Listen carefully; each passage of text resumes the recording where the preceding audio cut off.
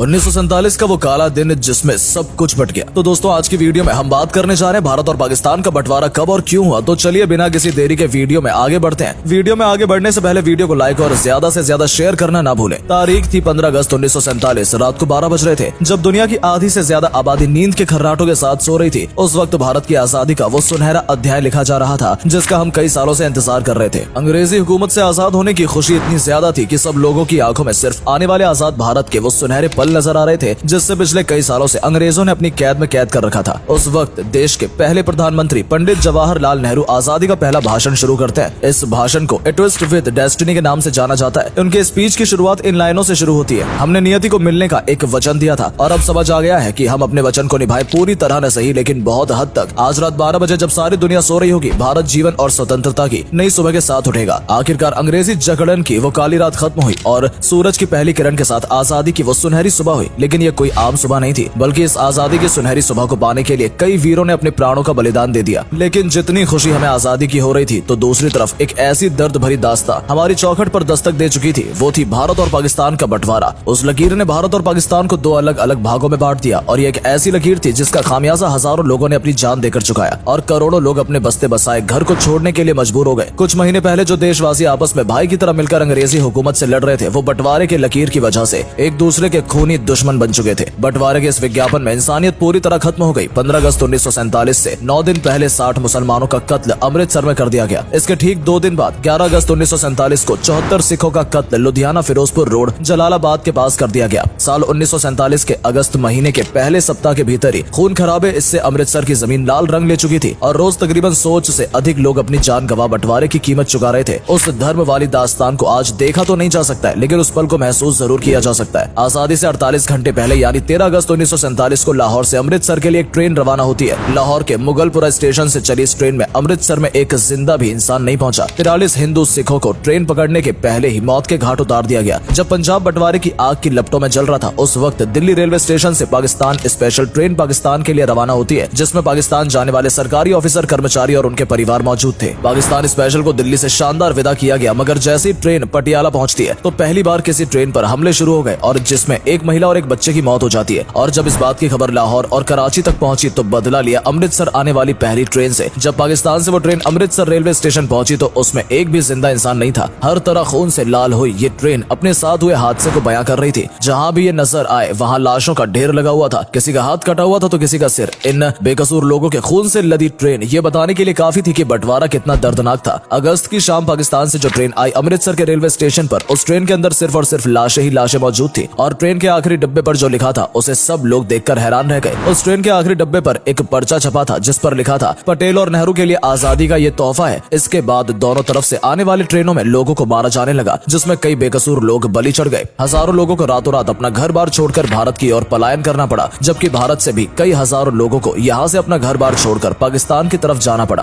कहीं बहन बेटियों की इज्जत लूटी गई। सरहदों को आपस में जोड़ने वाली रेलगाड़ियां हजारों लोगों के लिए जिंदा ताबूत बन गई। ये बंटवारा इंसानी इतिहास का बहुत ही काला अध्याय माना जाता है, जिसके बारे में हम आज भी सुनते हैं तो शरीर में एक अलग प्रकार से हरण पैदा हो जाती है। भारत और पाकिस्तान का बंटवारा करने में मोहम्मद अली जिन्ना का सबसे बड़ा रोल था। अगर मोहम्मद अली जिन्ना राजनीति में नहीं होते तो शायद कोई समझौता हो जाता और आज का पाकिस्तान नहीं होता। मोहम्मद अली जिन्ना भारत के पहले प्रधानमंत्री बनना चाहते थे। फिर जिन्ना को ये लगा कि पूरे भारत का प्रधानमंत्री तो नहीं बन सकता हूँ, लेकिन पाकिस्तान का जरूर। और फिर वही कुछ ऐसा हुआ। 3 जून 1947 ये वो तारीख थी जिस दिन भारत को आजाद करने की तारीख को तय किया गया और मोहम्मद अली जिन्ना के पाकिस्तान को अलग करने की भी जिद पूरी हो गई। इस दिन 15 अगस्त 1947 को तय किया गया था। दिन बचे थे 73। इन 73 दिनों में जमीन का बंटवारा, लोगों का बंटवारा, भारत में जमा रुपयों का बंटवारा, इसके साथ ही रिजर्व बैंक के खजाने में पड़ी सोने की ईंटें, सब कुछ बांट देना था, जो कि इतना भी आसान नहीं था। ये बंटवारे का काम 2 अनुभव अधिकारियों के हवाले किया गया। इनका नाम था एच.एम. पटेल और दूसरे थे चौधरी मोहम्मद अली। ये दोनों लोग बंटवारे में महत्वपूर्ण भूमिका अदा कर रहे थे। इनके नीचे भी कई छोटे मोटे अधिकारी काम कर रहे थे जो अलग अलग एरिया से रिपोर्ट बनाकर इनके पास भेज रहे थे। इन रिपोर्ट के आधार पर ये दोनों अधिकारी बंटवारे की सिफारिश तैयार कर रहे थे, जिन्हें आगे विभाजन परिषद के पास भेजा जाता था, जिसके अध्यक्ष थे खुद लॉर्ड माउंटबेटन। पैसों का बंटवारा कुछ इस तरह हुआ कि भारत की बैंकों में पड़ा पैसा, अंग्रेजों से मिलने वाले पैसे में सिर्फ 17.5% हिस्सा पाकिस्तान को दिया जाएगा और इसके बदले पाकिस्तान भारत के ऋण का 17.5% हिस्सा चुकाएगा। इसके अलावा भारत के सरकारी दफ्तरों में बड़ी चल संपत्ति का 80% हिस्सा भारत के लिए और 20% हिस्सा पाकिस्तान के लिए तय किया गया। और फिर दफ्तरों में पड़ी हर उस चीज का बंटवारा किया गया। मेज कुर्सियां और बांटने के लिए कई जगह जगह लड़ाई तक हुई। इसके अलावा भारत की लाइब्रेरी में पड़ी पुस्तकों को लेकर भी इन दो मुल्कों के बीच पेच फंस गया। इंक्लोपीडिया ब्रिटेनिका को इस तरह भारत और पाकिस्तान में बांटा गया कि पहला खंड भारत को दिया गया और फिर दूसरा खंड पाकिस्तान को। इस तरह आपस में बांटा गया, यहाँ तक कि लाइब्रेरी में पड़े शब्द कोर्स भी आधा आधा फाड़कर भारत पाकिस्तान में बांट दिए गए। एक एक करके सभी चीजों को भारत और पाकिस्तान में बांट दिया गया, लेकिन भारत के गुप्तचर विभाग को पाकिस्तान के साथ साझा नहीं किया गया। इस पर भारत के गृह विभाग ने दूरदर्शिता से फैसला किया और भारत के गुप्तचर विभाग में कोई किसी तरह की कमी नहीं की जाएगी और उसके अफसर इस बात पर अड़े रहे कि इस विभाग की एक फाइल तो छोड़िए, स्याही तक हम पाकिस्तान नहीं जाने देंगे। इसके साथ ही पाकिस्तान के पास नोटों को छापने के लिए प्रेस नहीं थी और उस वक्त भारत में भी नोटों को छपाई के लिए एक ही प्रेस मशीन थी और भारत ने उस प्रेस को पाकिस्तान को देने से मना कर दिया, जिसके बाद पाकिस्तान ने काम चलाने के लिए भारतीय नोटों पर ही अपनी मोहर लगाकर करेंसी के रूप में स्थिति इस्तेमाल की। और इसके अलावा एक बंटवारा और अहम था, वो था भारतीय सेना का, जिसमें हिंदू मुस्लिम सिख सब थे। भारतीय सेना के 2/3 सैनिक भारत के हिस्से में आने थे और 1/3 सैनिक पाकिस्तान के हिस्से में। बाकी चीजों की तरह इन वीर योद्धाओं का भी बंटवारा तय था। दोस्तों, ये बंटवारा बेहद दर्द भरी कहानी लेकर आया था। ये कहानी हम आज भी सुनते हैं तो हमारी आंखों में आंसू आ जाते हैं, जिसमें लाखों करोड़ों लोग घर बार छोड़ने को मजबूर हो गए थे। अब दोस्तों, इसके बारे में आप क्या सोचते हैं? तो दोस्तों, आज की वीडियो में बस इतना ही। अगर वीडियो अच्छी लगी हो तो वीडियो को लाइक करना ना भूलें और ज्यादा से ज्यादा शेयर करना ना भूलें। तो दोस्तों, क्या ये बंटवारा सही था या गलत? आप अपनी प्रतिक्रिया हमें कमेंट बॉक्स में जरूर दें। धन्यवाद।